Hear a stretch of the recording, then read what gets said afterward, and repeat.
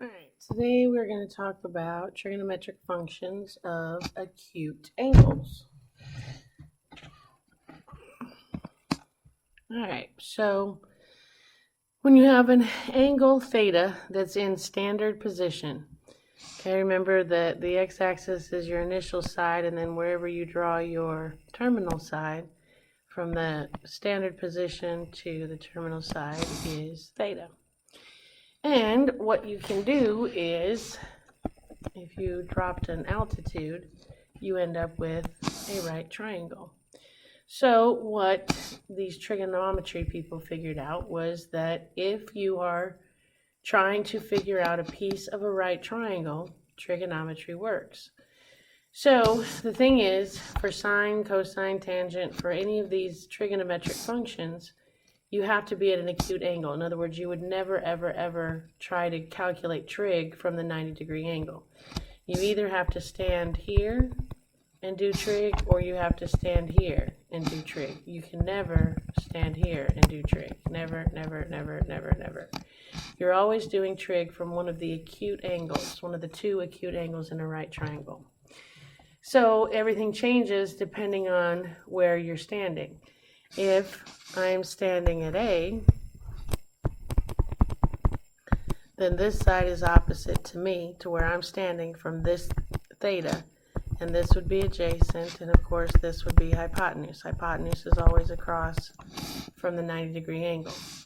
If you're standing at the top, at the other acute angle, if you're up here, then from there, this side would be opposite, and this side would be adjacent, and this would still be the hypotenuse. So it depends on where you're standing, and that's where you got to pay attention to where you're coming from, because the sides of the triangle will change names if you look at the triangle from a different angle. So once you are where you're supposed to be, and you know that the angle that you're supposed to be standing at, then sine would be opposite over hypotenuse, cosine is adjacent over hypotenuse, and tangent is opposite over adjacent. There's that so, ka, toa, to help you remember it. Sine is opposite over hypotenuse, cosine is adjacent over hypotenuse, and tangent is opposite over adjacent. So SOHCAHTOA is just an easy way to remember how to do sine, cosine, and tangent. Now, I call these guys their little cousins, because they're just the sine, cosine, and tangent functions flipped over. So if you're doing sine, it's opposite over hypotenuse. If you're doing cosecant, then that's hypotenuse over opposite. It's the reciprocal. Okay, it's not the opposite of sine, it's the reciprocal to sine. Okay, secant is the reciprocal of cosine. So cosine is adjacent over hypotenuse, secant is hypotenuse over adjacent. And again, tangent is opposite over adjacent, so cotangent, flip it over, would be adjacent over hypotenuse. Alright, so it says, let theta be an acute angle such that sine of theta equals 5 over 6. Evaluate the other 5 trigonometric functions of theta. So it's telling me it put theta here at this acute angle, so that's where it's telling me to stand. And from there, it says that, remember, sine is opposite over hypotenuse, so it's saying that opposite of sine is 5, and the hypotenuse of the triangle is 6. So opposite is 5, hypotenuse is 6. We have to figure out the other 5 functions: cosine, tangent, cosecant theta, secant theta, cotangent theta. Well, in order to find cosine theta, I have to know the adjacent side. So we're going to have to use a little bit of Pythagorean Theorem here to figure out the missing side. So Pythagorean Theorem is leg squared plus leg squared equals hypotenuse squared. So if I plug in what I know, 5 squared plus the other leg squared has to equal 6 squared. So 25 plus leg squared equals 36. Subtract 25. I get L squared equals 11. So L equals the square root of 11. Plus or minus, but we ignore the negative one because you can't have a negative length. Okay, so I know that this side is the square root of 11, which means that cosine theta is adjacent over hypotenuse, which would be square root of 11 over 6. Tangent would be opposite over adjacent.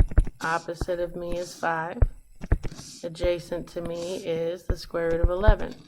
Now, you can't ever leave a radical on the bottom of a fraction. So if I rationalize it, I have to multiply the top and the bottom by the square root of 11.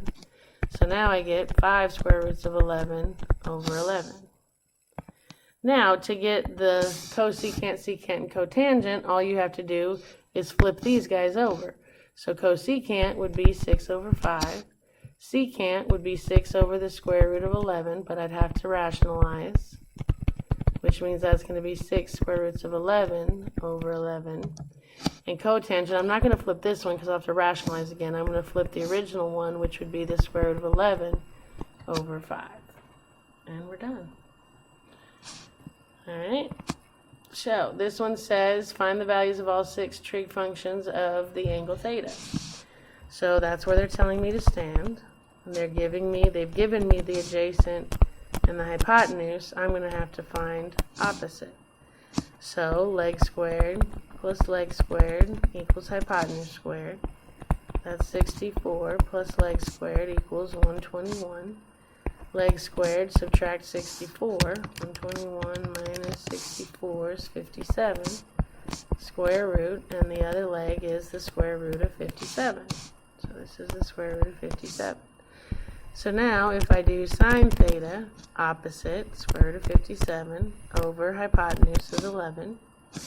And if you want, the order that you do these in is up to you. Since the cosecant is reciprocal to it, cosecant theta would be 11 over the square root of 57, but I have to rationalize.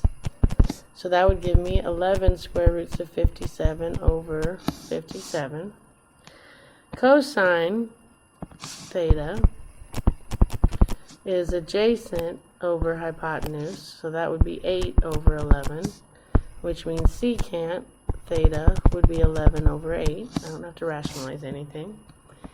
And then tangent of theta would be opposite over adjacent, so that is going to be the square root of 57 over 8, which means cotangent of theta is 8 over the square root of 57, but I have to rationalize.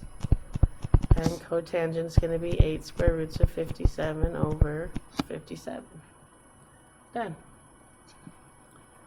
Alright, so you try this one, hit pause, come back when you're ready. It says assume that theta is an acute angle in a right triangle satisfying the given conditions. Evaluate the indicated trigonometric functions. They're telling you that cosecant theta is 11 over 2. Cosecant is hypotenuse over opposite. They put theta there, so they're telling you to stand there, and they're telling you to make the hypotenuse 11 and opposite 2. So again, I've got to find the missing side, I think. I don't know, they want cotangent theta, which is adjacent over opposite. And this would be adjacent, and that would be opposite. I know the bottom, but I need to find adjacent. So I'm going to have to do Pythagorean Theorem, which says 2 squared plus the other leg squared equals 11 squared. So 4 plus 11 squared equals 121. So 11 squared equals 117. So the leg equals the square root of 117. So there's my adjacent side, and my answer is 4. Square root of 117 over 2. Okay, try this one. Hit pause, come back when you're ready. Alright, it says, they gave me the triangle, they gave me all 3 pieces. They want secant A, which would be hypotenuse over adjacent, and they want cosecant A, which would be hypotenuse over opposite. So secant, the hypotenuse, they're telling me to stand at A, not at B. I shouldn't use theta, then I should use A, whatever angle you're approaching it from. So because they're saying find secant of A, not B, I'm standing at A. So opposite of A would be 60, or hypotenuse, sorry. Hypotenuse would be 68, and adjacent to A, is 32. Then this one, and you'd have to reduce 68 divided by 32, math enter, 17 over 8. And cosecant is hypotenuse, which is 68, over opposite, which is 60. Reduce that, 68 divided by 60, math enter, and you get 17 over 15, which makes my answer 4. Okay? Sorry, 3. My bad, I flipped that. Wow, I flipped them both. Sorry, 3. Alright, the unit circle. The unit circle is, it's so important, especially for calculus. You need to memorize this. One of your test questions will be, there will be an actual test where all you will do is label this unit circle with all of this information. So you're going to have to memorize all of this information. And don't worry, I have a technique that'll help you. But what I want you to notice about the unit circle is how they cut it up, okay? The first mark that they mark is for a 30-degree angle, okay? And again, this would be 30 degrees in degrees, but it would be pi over 6 in radians. So these two numbers tell you the degree measure. This one in degrees, this is its radian measure. Okay, so then you have the 45 degree, which is pi over 4 in radians. And then you have the 60 degree, which is pi over 3 radians. And then you have the 90 degree, which is pi over 2 radians. And then all it does is basically repeat itself. Okay, there would be 120, 135, 150, 180. So what you need to find is a pattern. And the reason they use these angle measures is it's because they are the most commonly used angles in the real world. Building things, all that kind of stuff. Okay, when you're doing that kind of thing, you want these kind of angles because they make for sturdier structures. Okay, so here's how you can memorize it, okay? Here's a little pattern to help you memorize.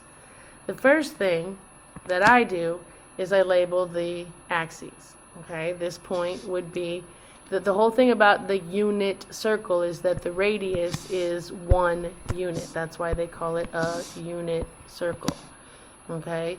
Each of these radiuses is 1 unit long.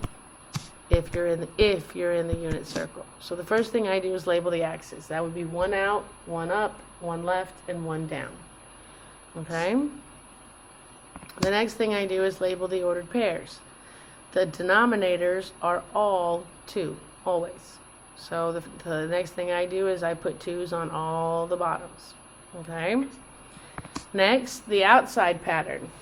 For Q1 and Q2, meaning quadrant 1 and quadrant 2, it ascends 1, 2, 3 counterclockwise. So notice. See how there's a 1 right here? Watch. 2, 3. Did you see him come in? So ascending 1, 2, 3 counterclockwise. So I'm going 1, 2, 3 counterclockwise. And on the other side, I just keep going. 1, 2, 3. 2, 3. These are the outside patterns. See how I'm filling in the numerators on the outside edges? Okay, 1, 2, 3, 1, 2, 3. On bottom, for quarters 3 and quarter 4, you go descending clockwise. So I'm going to keep going this way. But now I'm going to do 3, 2, 1, 3, 2, 1 on the outside numbers. 3, 2, 1, 3, 2, 1. Okay, there's how you get your numerators on the outside. Next, we've got to get our numerators on the inside. And it's basically backwards. For quarter 1, quarter 2, going clockwise, you're going to go 3, 2, 1, 3, 2, 1. Actually, let me change the purple. you're going to go 3, 2, 1, 3, 2, 1, 3, 2, 1, 3, 2, 1. See them fly in there? Okay, then we got to do quarter 3 and quarter 4. Quadrant 3 and quadrant 4. And again, that's going to be ascending, going 1, 2, 3, 1, 2, 3 on the inside. So 1, 2, 3, 1, 2, 3. Okay, so we've got all of our fractions. Okay, all of our terminal points. Now, radicals, dude. All the 2's in the top, all the 2's and the 3's on top get radicals. All of them.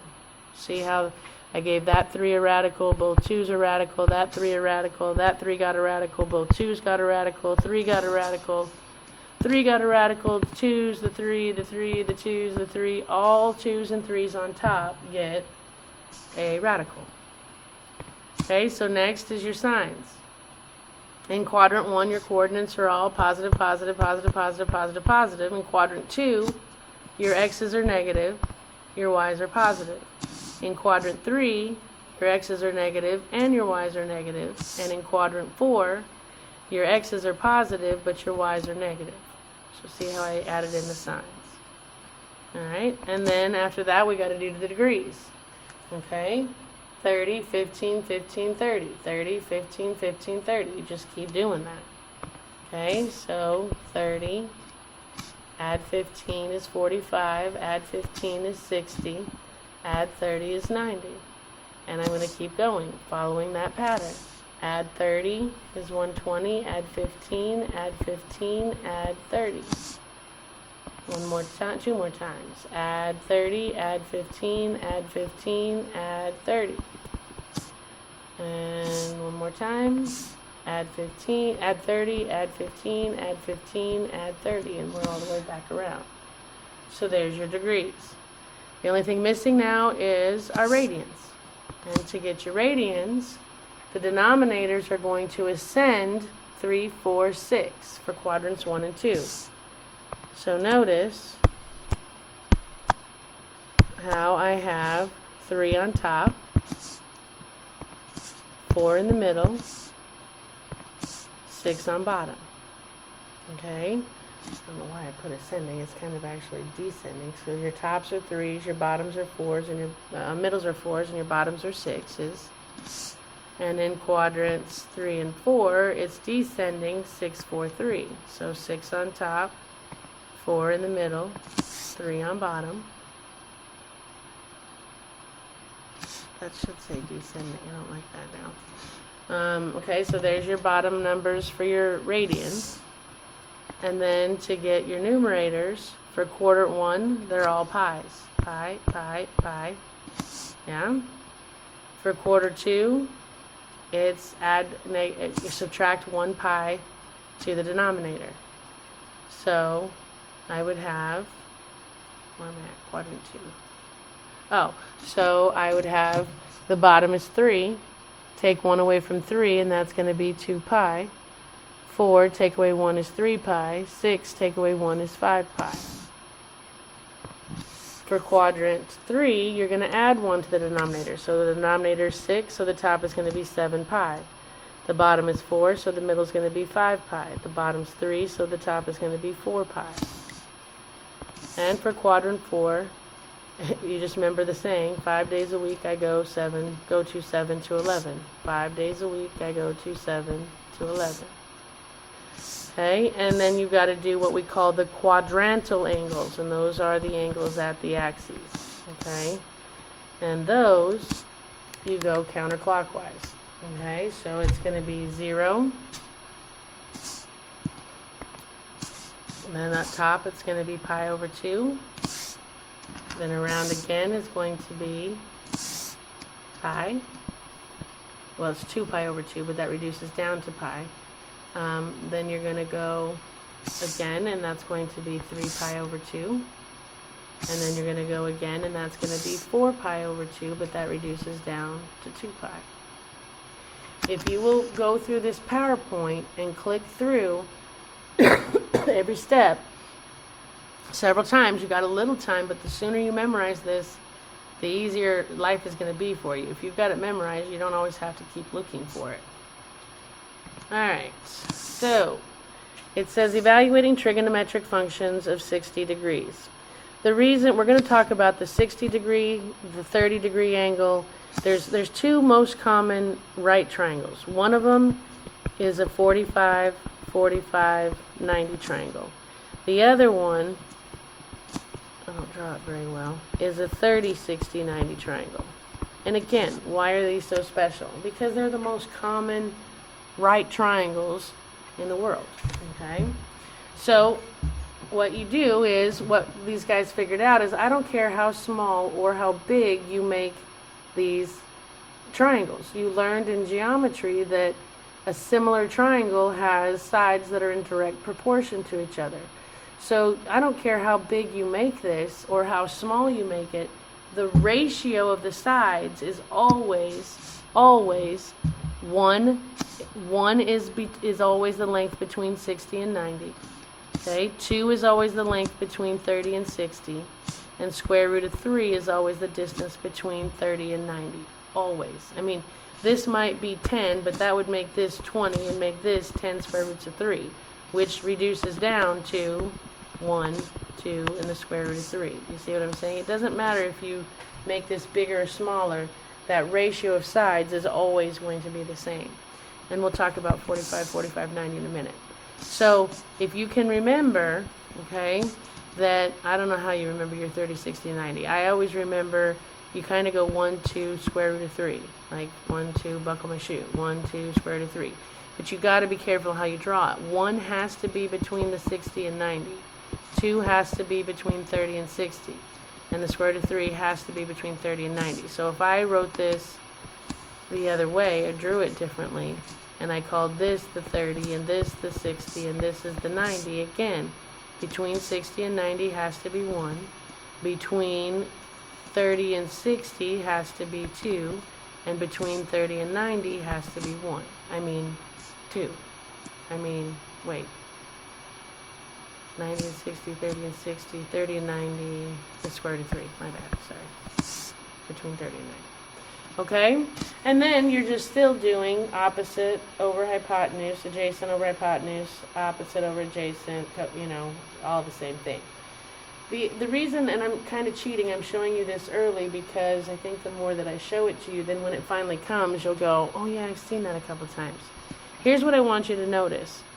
If you are talking about an angle that is in the unit circle, and it has to be in the unit circle. If it's not in the unit circle, this doesn't work. But if you're in a unit circle, meaning the radius is 1, then look at what's interesting. Sine of 60 is the square root of 3 over 2. Hey, look at my unit circle. That's the y coordinate of the terminal side that passes through 60 degrees. So I'm thinking sine of 60 equals the y coordinate maybe? And cosine of 60 is 1 over 2. Well, notice in my unit circle that that is the coordinate of the x coordinate, the value of the x coordinate, if it passes through the 60 degrees. So it looks like cosine, if you're in the unit circle, cosine is the same thing as the x coordinate that it passes through. Alright, let's look at the 30 degree, okay? Again, you draw it the same way.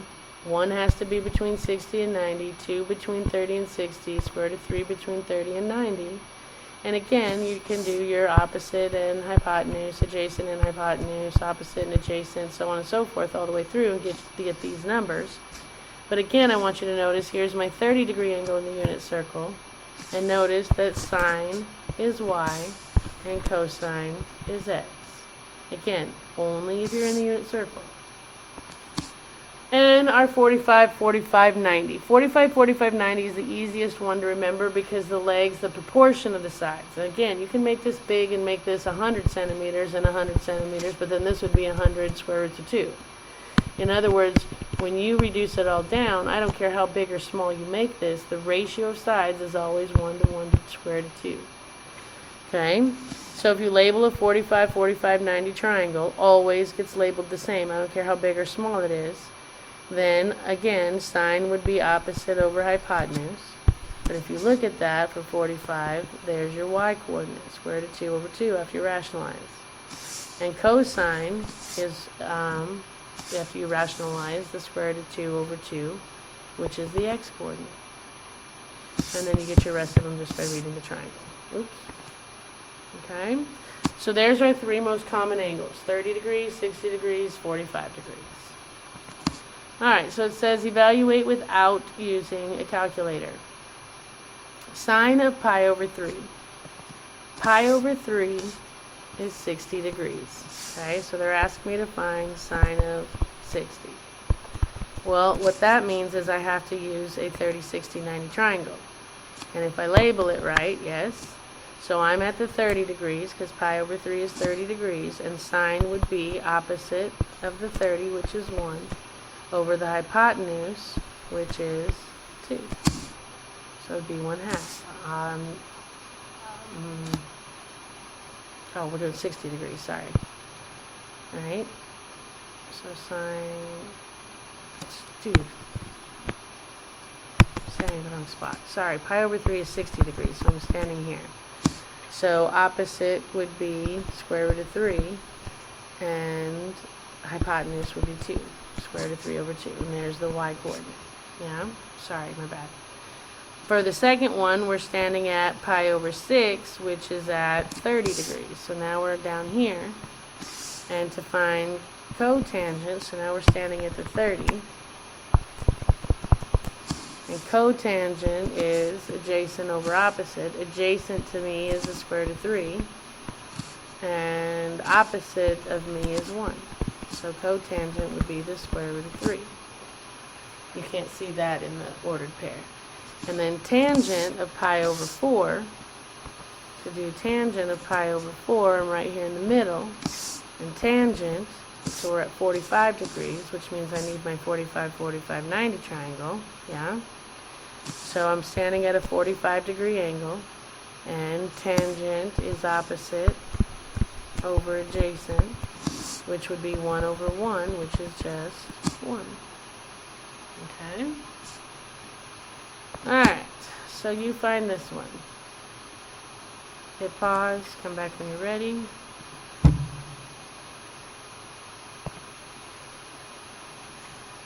They want me to find, I don't know why this is stuck. Here we go. They want me to find cosine of pi over 6. Pi over 6 is 30 degrees. So I'm standing at the 30 degree angle. Cosine is adjacent, which is the square root of 3, over hypotenuse, which is 2. And there you go. Okay, hit pause. Come back when you're ready. They want cosecant of pi over 4. Pi over 4 means, excuse me, I'm at 45 degrees. So I'm standing at a 45 degree angle.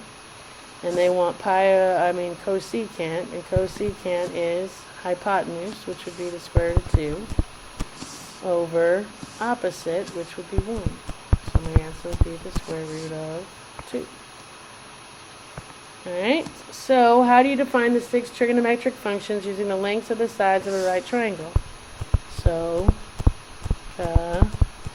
TOA. And then you have to do cosecant is opposite, secant is opposite, and cotangent is opposite. Okay? And then it says given one trigonometric function, how do you find the remaining 5 trigonometric functions? You label the triangle with known info, known sides. Use Pythagorean Theorem to find missing side. And then you can evaluate all trig functions.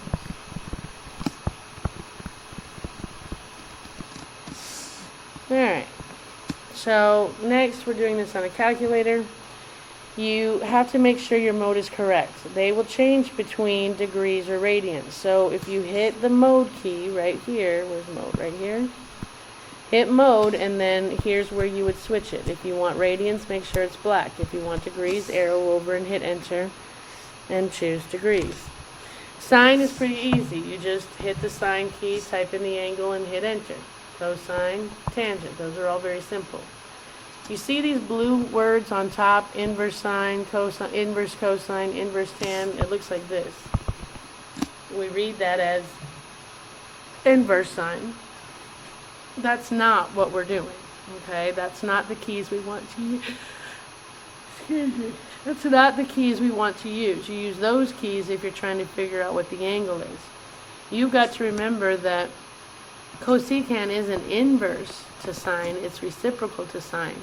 So to type cosecant, you don't have a cosecant key. So you type 1 divided by whatever the sine of that angle is. Same with secant. It's not the inverse of cosine, it's the reciprocal cosine. So 1 divided by cosine will give you the answer. Same with cotangent. Alright, so if we type these in, I mean, yeah, a lot of these we could use just on the unit circle, but 45 degrees, to type that in, you would type 1 divided by, make sure you're in degrees, and type 1 divided by cosine 45, and you get approximately 1.4142, blah, blah, blah. Okay, cosecant of pi over 3, you're going to have to switch to radians. So you're going to have to go to your mode and switch to radians, and then type in 1 divided by sine of pi over 3, because cosecant is reciprocal to sine. And you get 1.15. Okay, this one we have to convert to degrees. So if I take 23 and divide by 60, that gives me 19.383 repeating degrees. So if I type in cosine of 19.383833333, I get 0.94 blah blah blah. Alright. So, sine of 74, you type it in. Oops. Sine of 74, so I gotta make sure I'm in degrees. Uh-oh. Wait a second, I don't think I was in the right mode. Oh yeah, I set down there, never mind. Sorry.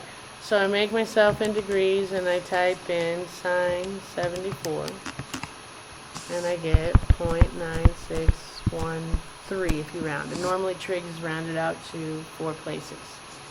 Secant of 49, I'm going to type 1 divided by cosine 49. Make sure I'm in degrees.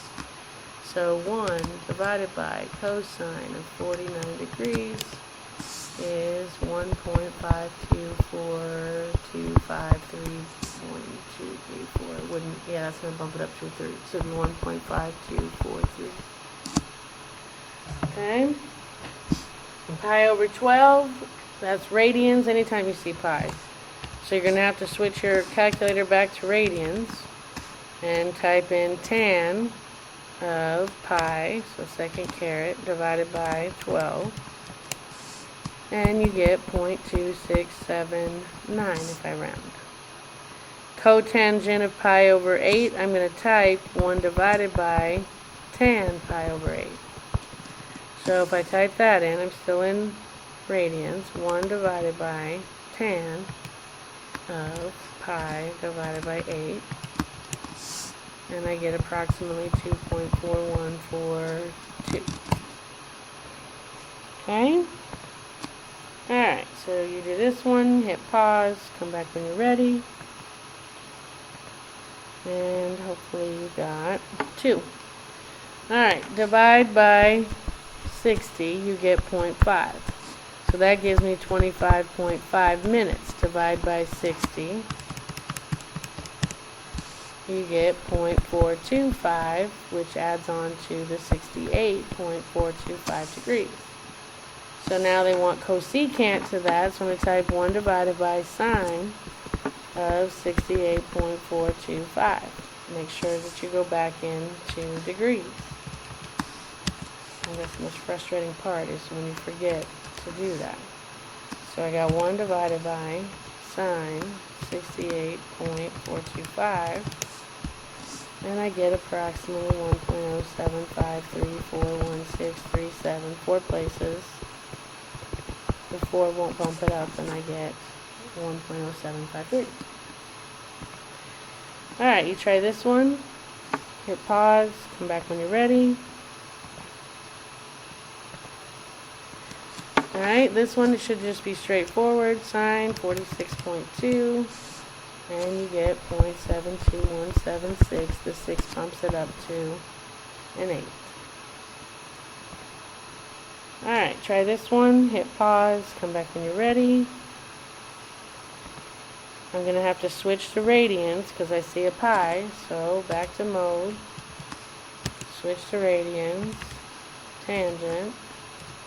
Pi. Divided by 10. And you get approximately 0.324919. That 1 won't do anything, so that's my rounded off answer. Alright, so it's really not one of the questions, but we could find all of the values using a calculator. Alright, we are at homework, which means we are done. So happy homeworking, and I will see you next time.